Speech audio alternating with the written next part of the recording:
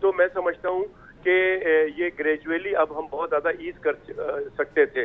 اور جبکہ as a secretary general Pakistan medical ایسوسی ایشن ہم نے ایک الرٹ جاری کیا تھا 22 جنوری کو، جس میں یہ ساری باتیں بتائی تھیں کہ 6 لوگ ووہان سٹی چائنا میں انتقال کر گئے ہیں اور 300 لوگ جو ہیں وہ اس بیماری میں مبتلا ہیں. لہٰذا ہمارے یہاں تیاری کر لی جائے، جو ساری چیزیں ہوتی ہیں اس کی آئسولیشن کی تیاری اور کوارنٹائن بنانے کی تیاری، اور لوگوں کو بھی ہم نے ایک جاری کیا کہ ان کو کیا احتیاطی تدابیر اپنانے ہیں، جس میں ہاتھ نہ ملانا، گلے نہ ملنا اور باقی ساری چیزیں وہ ساری. لیکن انفارچونیٹلی وہ ہو نہیں سکا. ہمارے پاس 1.5-2 مہینہ تھا لیکن نہیں ہو سکا. اس کے بعد آپ نے دیکھا کہ وہ لوگ باہر سے آتے رہے اور لوگوں کو انفیکٹ کرتے رہے. لیکن اب انفارچونیٹلی یہ ہو رہا ہے کہ لوکل ٹرانسمیشن ہے. اب لوگ باہر سے نہیں آ رہے، اب ہم ایک دوسرے کو کر رہے ہیں. تو جب اس طرح کی سچویشن ہو جاتی ہے اور جب نمبر آف کیسز بڑھنے شروع ہو جاتے ہیں اور نمبر آف ڈیتھ بھی بڑھ رہے ہوتے ہیں، تو WHO کہتی ہے اور ہمارا بھی یہی ماننا ہے کہ یہ لاک ڈاؤن جو ہے وہ ایز نہیں کرنا چاہیے. WHO نے خبردار کیا تمام کنٹریز کو کہ جب لاک ڈاؤن آپ اس وقت کریں گے جب آپ کے نمبر آف کیسز کم ہونے، جب گراف کم ہو جائے. لیکن حکومت نے چونکہ اب ایسی صورت تھی کہ ایک کے بعد جو ہے دوسرا وائرس بھی آ گیا. اب وہ وائرس ہے بھوک کا، افلاس کا، تو معیشت کی بھی پرابلم شروع ہو گئی، معاشی پرابلم بھی شروع ہو گئی ہے. تو میں سمجھتا ہوں کہ جو اعلان ہوا ہے اب اس کے ساتھ آپ کو کس طرح رہنا ہے، اب ہمارے پاس وہ چوائس آ گئی ہے. ٹھیک ہو گیا. ڈاکٹر صاحب آپ ہمارے ساتھ ہی موجود رہیے. یہ آپ نے جو باتیں کی ہیں اس پر فردوس شمیم نقوی صاحب سے جان لیتے ہیں ان کا موقف کیا ہے، کیونکہ ڈاکٹر حضرات تو کہہ رہے ہیں کہ WHO کی ریکمنڈیشنز کے مطابق لاک ڈاؤن نہیں ایز کرنا چاہیے. لیکن فردوس شمیم نقوی صاحب، لاک ڈاؤن ایز کیا گیا اور وہ اکنامک کنڈیشنز کو دیکھتے ہوئے کیا گیا. کیا سمجھتے ہیں کہ ڈاکٹرز کی رائے کو آپ کتنی ویٹیج دے رہے ہیں اس تمام معاملے میں؟ میرے خیال سے ڈاکٹرز کی ویٹیج جو ہے بہت مقدم ہے، اور ڈاکٹرز بھی پاکستانی ہیں اور حکومت بھی پاکستانی ہے، اور ڈاکٹرز کو بھی وہ مسائل صاف طور پہ نظر آ رہے ہوں گے جو ہمیں نظر آتے ہیں. ہمارا سب سے بڑا مسئلہ لاک ڈاؤن کے ساتھ یہ تھا کہ پاکستان کی وہ تمام آبادیاں جن کو ہم کچی آبادیاں کہتے ہیں اس میں سوشل ڈسٹینسنگ ممکن نہیں ہے.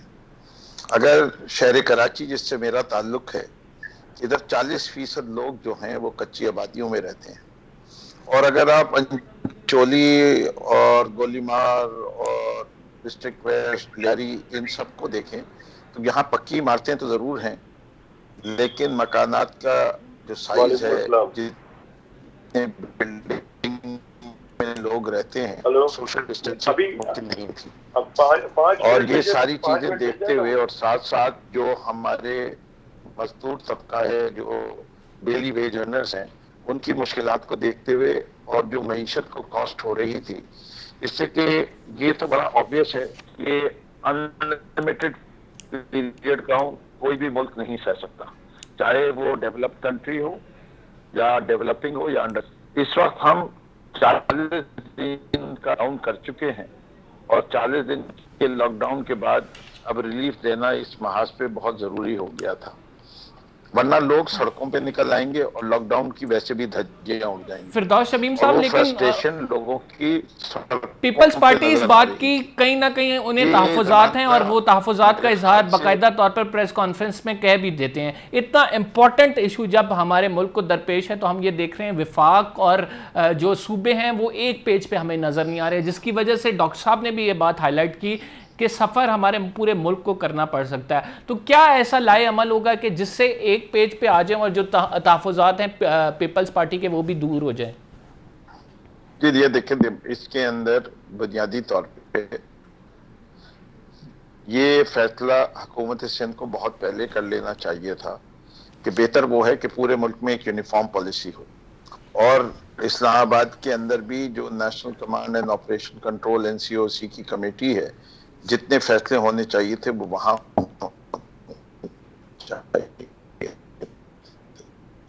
پرائم منسٹر کے ساتھ ہفتے میں 2 دفعہ ملتی ہے. ان سب چیزوں کو مد نظر رکھ کے آج بھی جو چیف منسٹر صاحب نے اعلان کیا ہے اس کے اندر انہوں نے وفد نہیں مانی، انہوں نے کنسٹرکشن کھول دے، اور وہ ریلیف نہیں ملی. ہماری کوشش یہ تھی یہ اداروں کے اوقات زیادہ سے زیادہ، جس کی وجہ سے فجر سے لے کے ایک پرپوزل یہ بھی تھا کہ 24 گھنٹے بازار کھلے رکھیں کہ کراؤڈنگ نہ ہو، لیکن ابھی بھی صبح 5 بجے سے شام 5 بجے تک رکھا کہ رات کے وقت لوگ جو ہیں نہ نکلیں اور رش کم ہو. اس وقت روزے کی حالت میں کم لوگ نکلیں گے، لیکن جن کو شاپنگ کرنی ہے، ضروری ہے، جو اشیاء ان کو چاہیے اس کے لیے وہ نکلیں گے. تو اس کے لیے وہ ایز دینا ضروری تھا. تو ایز اے ٹرائل یہ ہے. ایک چیز ہم سب کو مد نظر رکھنی چاہیے، ابھی بھی یہ ایزنگ آف لاک ڈاؤن ہے. آپ کی وہ کراؤڈنگ کی جگہیں جیسے کہ school, college, park, entertainment, restaurant, یہ سب بند ہیں، بسیں بند ہیں، ٹرانسپورٹ بند ہے، ریلوے نظام بند ہے، نظام بند ہے. تو احتیاط تو کافی ہے اس سلسلے میں، لیکن اسمارٹ لاک ڈاؤن کی طرف بڑھنا پڑے گا. اسمارٹ لاک ڈاؤن کو ہم بار بار ڈیفائن ٹھیک ہو گیا. پھر ڈاکٹر سجاد کی طرف آؤں گا. ڈاکٹر صاحب آپ کیا سمجھتے ہیں اسمارٹ لاک ڈاؤن جو ہے وہ کتنا مؤثر ثابت ہوگا اگر ہم لاک ڈاؤن میں ایز کرنے جا رہے ہیں اور اسمارٹ لاک ڈاؤن کی طرف جا رہے ہیں کہ اسپیسیفک جگہوں کو جو ہے بند کیا جائے اور ان اسپیسیفک جگہوں سے کرونا آگے ٹرانسفر نہ ہو؟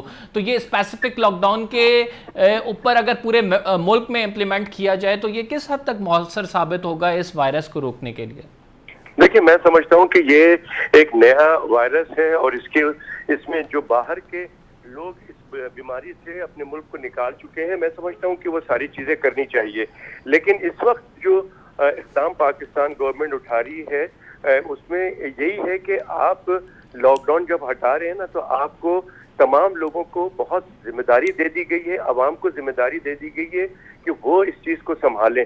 پلس یہ ہے کہ ان کو سارا کا سارا جو سسٹم ہے وہ ہمارے ہاسپٹل پہ لوڈ پڑے گا، تو ہمارے ہاسپٹل کے لوڈ کو بھی بڑھانا پڑے گا. آپ کو بیڈز بڑھانے پڑیں گے کہ خدا نہ خواستہ اگر کیسز زیادہ آتے ہیں تو آپ کے پاس وینٹیلیٹر بھی ہونے چاہیے. تمام پاکستان کے ہاسپٹل کی فیسلٹیز کو بڑھانا پڑے گا تاکہ آپ اپنی جگہ پہ ایک تیاری کر لیں. تو اور لوگوں کو بار بار اویئر کرنا پڑے گا کہ دیکھیں جی آپ سوشل ڈسٹینسنگ، اور میں نے بات کہی ہے کہ جو دکاندار ہیں، جو تاجر برادری ہیں، وہ اپنے امپلائیز کی اسکیننگ کرا لیں تاکہ جو دکانوں پہ جو امپلائیز ہوں وہ کوئی کورونا وائرس لے کے نہ کھڑا ہو، تاکہ وہ تمام لوگوں کو جو گاہک آ رہے ہیں، جو کسٹمرز آ رہے ہیں، ان کو نہ لگانا شروع کر دیں. میں سمجھتا ہوں کہ ہمیں پھر اب یہ دیکھنا پڑے گا. وزیر اعظم صاحب نے جیسے کہا ہے کہ اگر ڈاکٹر صاحب اس میں جو سب سے بڑا سوال پیدا ہوتا ہے وہ سوال یہ پیدا ہوتا ہے کہ اگر ہم لاک ڈاؤن ایز کی طرف جا رہے ہیں، خدا نہ خواستہ اس کا کتنا خدشہ موجود ہے کہ جس طرح ہم نے دیکھا کہ پلیگ آیا، اس کے بعد پھر ہم نے دیکھا اسپینش فلو آیا، تو ان کی 2 ویوز آئیں اور انہوں نے باقاعدہ بے شمار بندوں کو اپنی لپیٹ میں لیا. تو یہ کتنا ممکن ہے کہ کرونا کی بھی سیکنڈ ویو اس سے زیادہ ڈیڈلی ہو سکتی ہے؟ جی بہت ڈیڈلی ہو سکتی ہے، کیونکہ یہ وائرس جو ہے یہ اپنا موٹیشن کرتا ہے اور اپنی شکل چینج کرتا ہے. اور جو عموماً دیکھا یہ گیا ہے کہ جو سیکنڈ ویو ہے وہ قدرے اسٹرانگ ہوتا ہے، بڑا لیتھل ہوتا ہے. تو ابھی ہمارے پاس تو پہلا فیز کا وہ جو ایکسٹینڈ ہے، جو پیک ہے، وہ بھی ابھی ہمیں نظر نہیں آ رہا ہے، لیکن وہ تو کیسز بڑھتے جا رہے ہیں. اللہ نہ کرے جو ہم خدشات ظاہر کر رہے ہیں وہ ایسا نہ ہو، لیکن پھر بھی ہمیں تیاری تو کرنی پڑے گی اور پریکاشنری میجر اڈاپٹ کرنا پڑے گا. اور سب سے زیادہ ضروری ہے کہ لوگوں کو بتانا پڑے گا کہ سوشل ڈسٹینسنگ برقرار رکھنی پڑے گی. اگر اس میں ذرا سے بھی غفلت ہوا تو یہ بیماری بہت تیزی سے ایک سے دوسرے میں ٹرانسفر ہوتی ہے. لہٰذا میں سمجھتا ہوں حکومت نے ساری ذمہ داری تو عوام پہ ڈال دی ہے، لیکن عوام کو بار بار سمجھانا ہوگا اور ہماری جو ہیلتھ کی سہولیات ہیں اور جو فیسلٹیز ہیں اس کو بڑھانا ہوگا.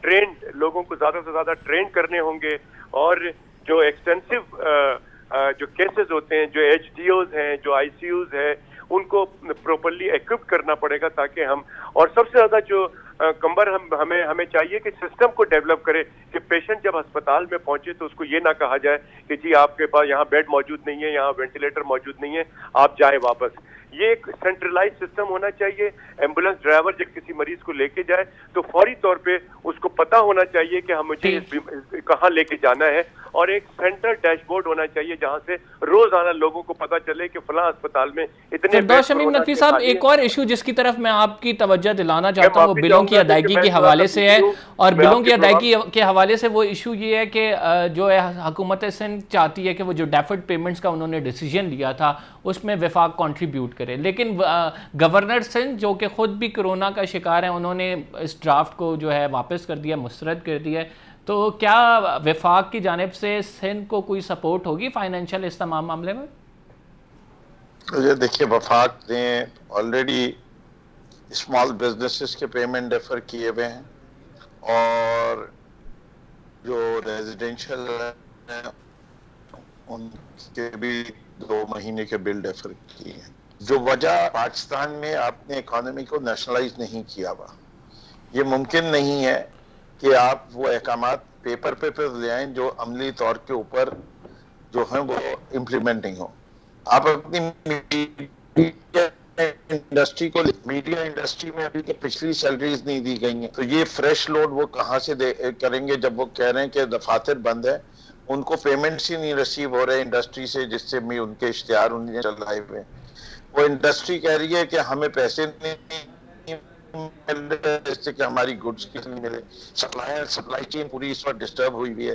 تو آپ اتنا اکنامک لوڈ لوگوں پہ ڈال سکتے ہیں جو وہ برداشت کر سکے, جو وہ برداشت کر سکے وہ لوڈ اگر آپ ڈالیں گے تو کاغذ پہ تو بہت اچھا لگ رہا ہے کہ جی یہ ڈیفر کر دیا گیا, یہ کر دیا گیا, لیکن وہ پیسے آئیں گے کہاں سے, وہ پیمنٹ کریں گے کہاں سے, وہ بجلی کا اگر تیل کا پیمنٹ نہیں ہوگا تو بجلی بنے گی کہاں سے. تو یہ ساری چیزوں کو تو سندھ گورنمنٹ نہیں دیکھ رہی.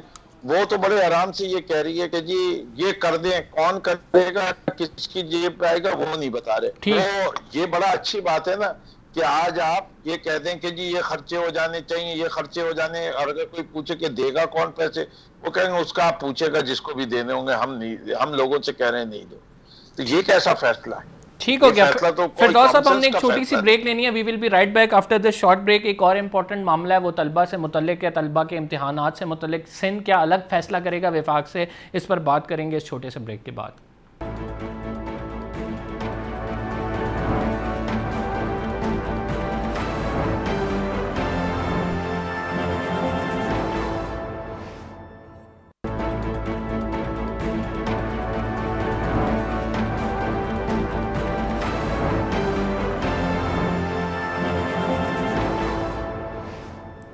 ویلکم بیک ناظرین. اور وفاق نے ایک ڈیسیجن لیا, اور وہ ڈیسیجن لاک ڈاؤن کو مد نظر رکھتے ہوئے اور تمام تر جو ملکی حالات ہیں ان کو دیکھتے ہوئے نیشنل کوارڈینیشن کمانڈ جو کمیٹی ہے اس میں ڈیسیجن یہ ہوا کہ جو تعلیمی ادارے ہیں ان میں جو 10ویں کے طالب علم ہیں اور 11ویں کے جو طالب علم ہیں ان کو پروموٹ کر دیا جائے گا, اور ان کا جو پروموشن کا پروسیس ہوگا وہ پچھلے ریزلٹس کو دیکھتے ہوئے ہوگا.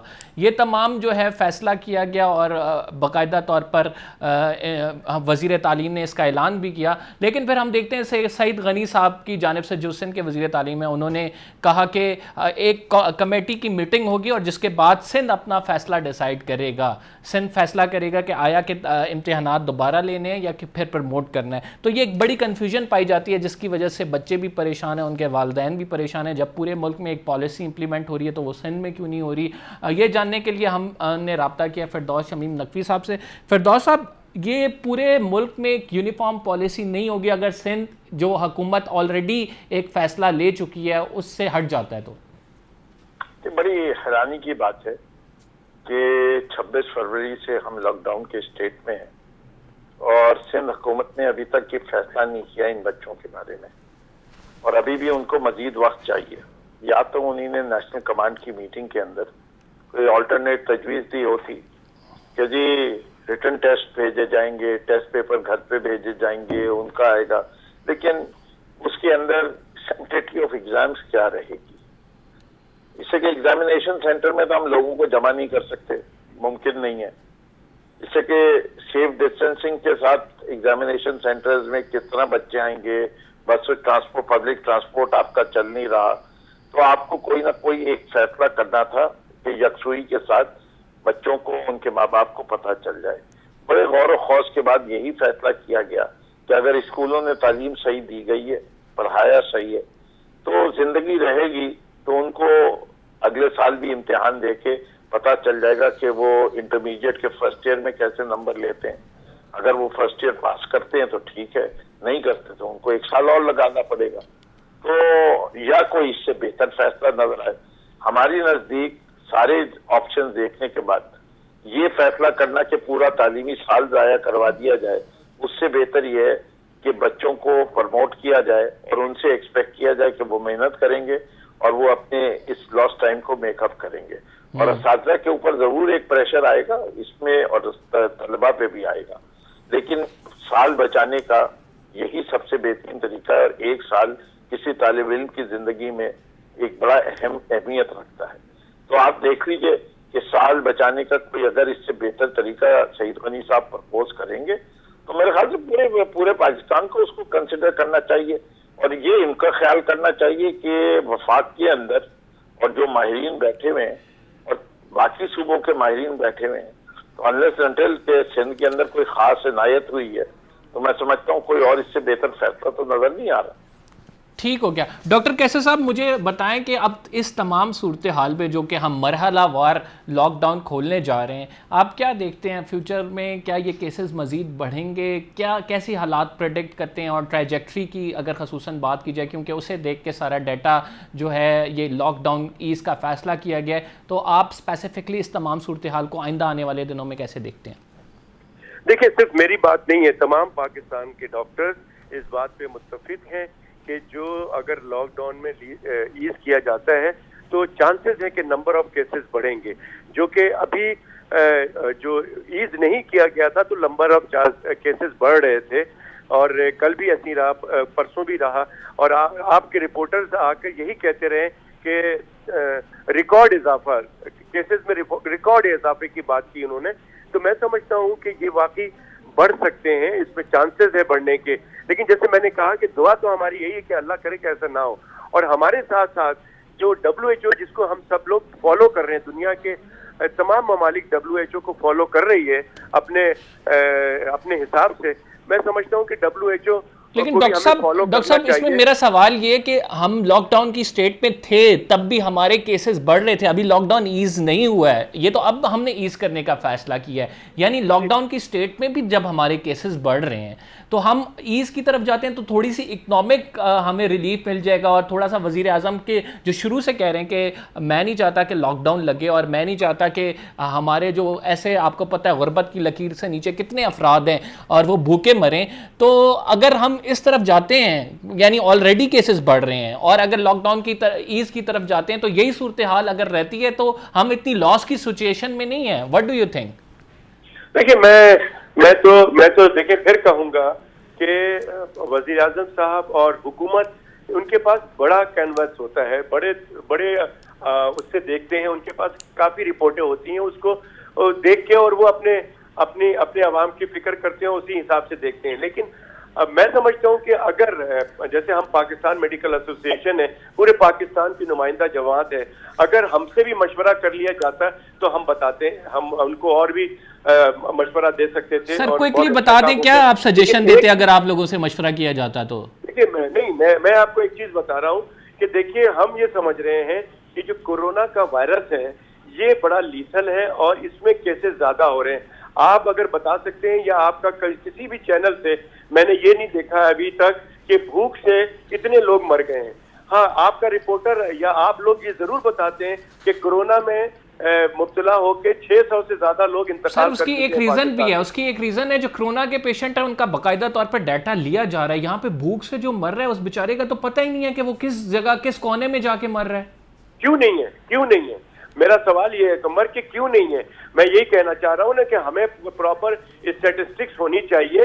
اگر ایسا ہے تو ہمیں ٹھیک ہو گیا سر. میں آپ کا سوال فردوس صاحب کے سامنے رکھتا ہوں اور اس کے بعد پھر آپ لوگوں سے اجازت چاہتا ہوں. فردوس صاحب، ڈاکٹر صاحب یہ کہہ رہے ہیں کہ بھوک سے ابھی تک کوئی شخص مرا نہیں ہے لیکن کرونا سے اتنی ہلاکتیں ہو گئی ہیں. ڈاکٹر صاحب کے پاس ایک تو نمبرز نہیں ہے صحیح، اس کے باقاعدہ رپورٹنگ ہو رہی ہے کہ بھوک سے کون کون لوگوں نے خودکشیاں کر لی اور کتنے لوگوں نے، اس کے نمبرز تو آ رہے ہیں. لیکن میں 2-3 چیزیں فیکٹرز اور رکھے.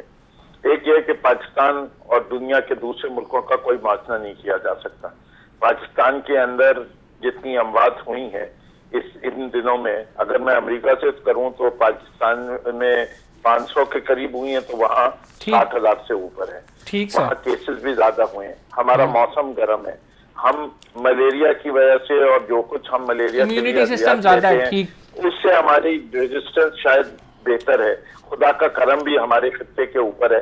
اس سے صرف پاکستان نہیں، ہندوستان، بنگلہ دیش کی بھی صورتحال تقریباً ہماری جیسی ہے. ٹھیک ہو گیا فردوس شمیم صاحب، آپ کا پوائنٹ آ گیا، ڈاکٹر کیسر کا بھی پوائنٹ آ گیا. یہی ہمارے پروگرام کا مقصد تھا کہ دونوں پوائنٹس آپ کے سامنے رکھ دیے جائیں. آپ بہترین جج ہیں، آپ فیصلہ کریں، لیکن جو بھی حکومت فیصلہ کرے اس کو ماننا تو ہمارے لیے لازم ہے، لیکن سوشل ڈسٹینسنگ اور کرونا کے حوالے سے حفاظت کرنا وہ ہم پر زیادہ لازم ہے. کیونکہ سندھ حکومت ہو یا وفاق کی حکومت ہو، دونوں ایک بات ضرور کہہ رہی ہیں کہ آپ کو خود اپنا خیال رکھنا ہے، اور جب تک عوام کوآپریٹ نہیں کرے گی ہم آگے نہیں بڑھ سکتے. اسی نوٹ کے ساتھ قمر زیدی کو اجازت دیجیے. اللہ حافظ.